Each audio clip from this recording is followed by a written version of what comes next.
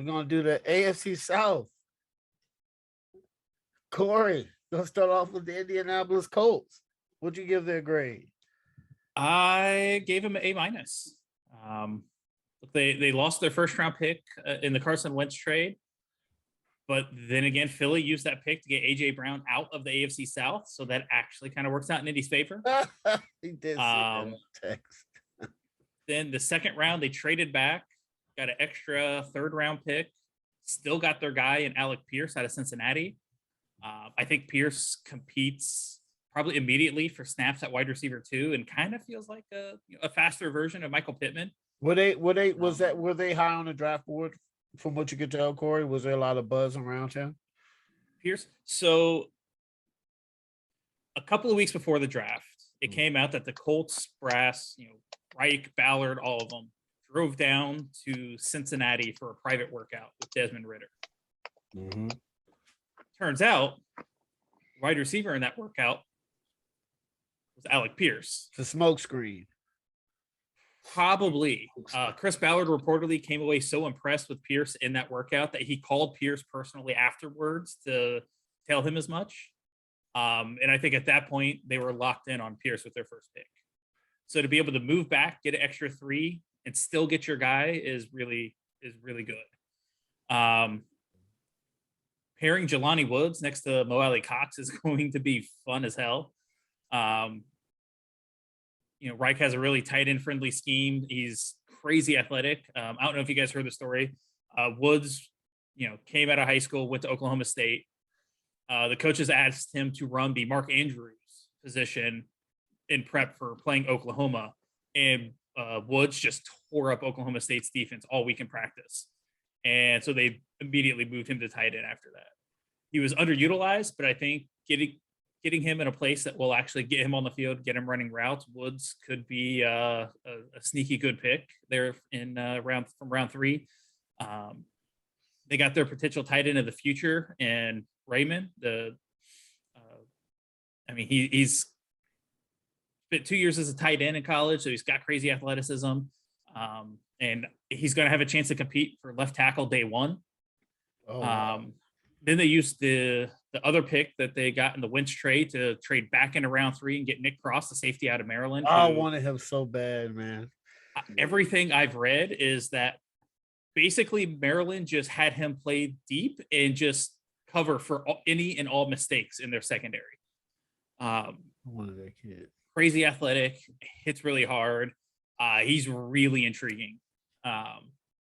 And for Chris Ballard to give up a future pick to move up and take you, that means the Colts really liked him. The Colts, like their internal team, thought that if Cross would have waited a year and come out, he would have been at least the second round pick, if not higher.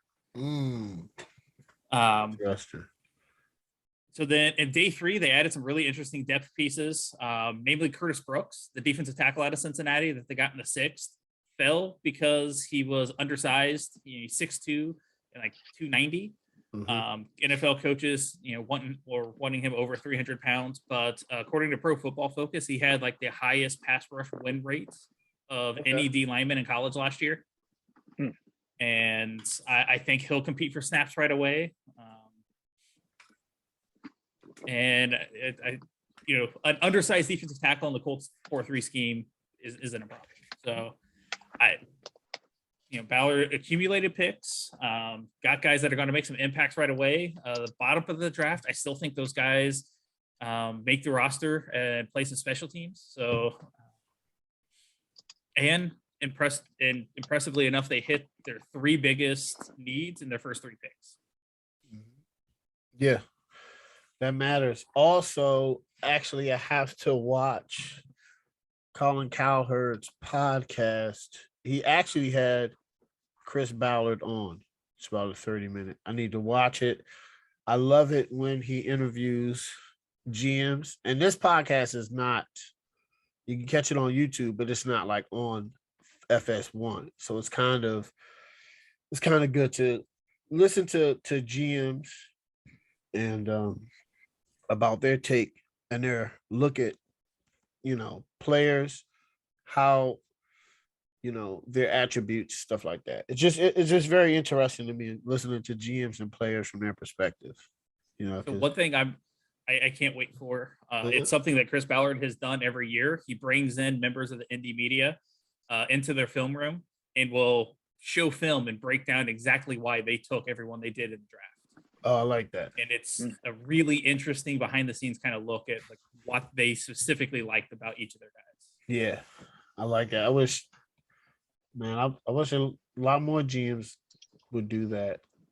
It's very interesting from a fan perspective, man. I love it to hear why they make the moves that they make when they make them. You know. Mm-hmm. All right, guys, let's do Tennessee. Tennessee Titans. What draft grades do we have? Big trade. They traded. Are we adding that into? Yes. Yeah, we got to. I gave him a B-. Gave him a B. B-? Why? Is it because of the trade? The trade. They are betting a lot on Treylon Burks. Yeah. When you hit a home run on a guy like AJ Brown the second round, pay him money. I kept seeing people comparing it to Green Bay and Kansas City, and I don't understand the comparison. Like Green Bay had a 30-year-old wide receiver that they didn't want to give $25 million a year to. AJ Brown's I get 24. it. Kansas City is a 28-year-old receiver whose entire game is built on speed. Didn't want to commit to him long term. Kind of get it. But a 23, 24-year-old receiver coming out of their rookie contract? Yeah. That's who you pay. Yeah. That's why San Francisco's not letting go of Debo. They're going to pay him because of his age. Yep. That's like, you know what I'm saying? That's like Green Bay. They did trade Devontae. It's Devontae's second contract. This is Tyreek's second contract. Yeah, go ahead, Corey. That's good. Yeah. You look at like Ryan Tannehill's reaction to the trade. You look at I don't know if you guys saw the clip of the War Room and Vrabel's reaction, his body language after the trade was announced. Like he wasn't happy. It's trading away like homegrown guys that outperform their rookie deal is how you kind of start to upset some guys in the locker room. Yeah. Yeah. I mean, Craig, what you think? Grade? I gave him a B. Was it a B or B, man? I gave him a B. I mean, obviously the trade kind of hurts them. It hurts their grade to me, but they got a wide receiver replacement possibly. I thought they needed help on the cornerback side, on the defensive side, in the secondary. They got that. I like the Willis pick, third round. I mean, he was projected to go in the first round. A lot of people thought, but third round talent. Now, what I didn't like, I guess, was after the fact. I mean, this has nothing to do with the grade or nothing like that. But like the whole, I'm not gonna mentor him. Whatever it is. I mean, like I don't have a problem with it, but I kind of do because I mean, he's on one hand, that's not his job really to mentor and to coddle him and bring him up and show him whatever. But at the same time, like you would want somebody to do that for you if you were in that position. So I kind of concede both sides, but I mean, I'm hoping that Willis is still able to have a great career minus the actions of what's the guy's name? Tannehill, yeah. Because I just thought that know his name. That was terrible. Hey, because you know his name, man. He's not that good. I mean, because of his all right. So because of his talent and what he brings in the run game, and because Tennessee's a run-oriented team, do you see them putting him on the field in packages with the zone reads and the other stuff this year, or do you see them fully sitting him and like just letting the chips fall where it may? I could probably see some packages. Maybe like sense. It would make sense, but I don't know. Pay some Hill packages or something like that, maybe. Yeah, like I was thinking something like that. Tannehill's not the type of quarterback that you want to refuse to take off the field. So if you can throw in a wrinkle with somebody else, yeah. Tannehill, he's done after this year. So he's owed guaranteed money for like 2 more years. Yeah, he's guaranteed money for 2 more years. If Derrick Henry stays healthy, that defense, I'm hard pressed to say they won't make the playoffs, but they won't be the number 1 seed this year. I can say that. I'll come hard to say they won't be the number 1 seed. They're not making the playoffs. It might be one of those teams that don't make the playoffs that made it last year. Y'all They gotta definitely ain't winning the remember, division. man. Oh, they definitely ain't winning the division. Y'all have to remember this stat. It's a lot of teams every year in the NFL. This is why it's loved. The parity. It's 8 or 9 teams that made the NFL will not make the NFL playoffs this year. It happens every year. You have some teams like Buffalo and Kansas City, but some teams fall out. Baltimore fell out. You know what I'm saying? The Colts fell out. It's going to be teams like the Colts that make it, and Tennessee falls out. It's going to be teams like Cincinnati falls out, and Baltimore makes it. It's going to happen. It's going to be teams that Cowboys fall out, and the Commanders make it. They stop, but that's probably going to happen. So I'm just saying it happens like every year. So I love it. For Tennessee, I'll say that for a team that, their team is built around Derrick Henry and the so for a team whose Super Bowl window is shrinking as the longer Henry's career goes, Treylon Burks, Malik Willis, those are draft picks for like 2 years down the line, not for today. And I don't know how much longer their window to make a run stays open. But here's the issue also, from that standpoint is, with you doing what you just did, losing your receivers, Derrick Henry can't take that wear and tear continuously that you think you're going to run him 30 times a game. If you think you're going to just sit there and go through a 16-game season, run him 30 times a game, nope. The AFC just got better. You already were struggling to do that in the AFC already. Now you're going to try to do it now with the AFC getting better? Yeah, Derrick Henry ain't going to last too long. They're going to look different, man. Now, just like with going back, we're going to move on after this. Like what Tanny will say, he doesn't mentor. Now, listen, I don't know if anybody mentor him, but what's funny that he knows what it's like, right? He knows what it's like being drafted. He knows what it's like being cut. He knows what it's like being the second guy. And, Jimmy Garoppolo said this when they bought Trey Lance in. He said, I'm going to do what Tom Brady did to me. Tom Brady didn't like Jimmy Garoppolo, but it doesn't mean that he didn't do his job and mentor Jimmy Garoppolo. He did. And Jimmy Garoppolo passed it down. So I think it depends who the person is. Just like in everyday life when you go to work. You have some people who don't. You go to work that just don't want to be bothered and aren't going to train you. You have some people that are, especially coming from the service industry. Corey probably tell you have some people that don't want to train you, and some people that are going to give you their best no matter what. So it's I hope. I mean, it depends on how he wants to. It's the future is literally up to him at this point. They're not making it easy by trading his best receiver away, and then drafting a rookie quarterback in the first round and a receiver, and it's gonna be. It looks like they're moving towards the future. All right, Jacksonville Jaguars. What's your grades on them? I got him at a C. You gave him a C? Yeah. I mean, at least like their first 2 picks, they went on defense. Now I don't like the first pick because I thought they should have went with Hutchinson, but I mean it's something that they liked. I guess they saw when they brought him down, or maybe they saw something on film, whatever the case may be. They saw something that they liked, so they took Walker instead of Hutchinson. Cool, that's fine. That brings the draft grade down.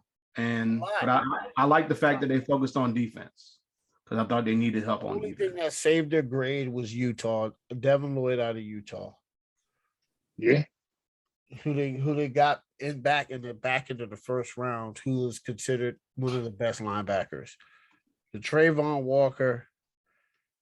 I'm a big film guy in college. I'm getting Hutchinson or Thibodeau. I'm not getting Walker. I don't understand the pick. Sometimes people go after ceiling and athleticism,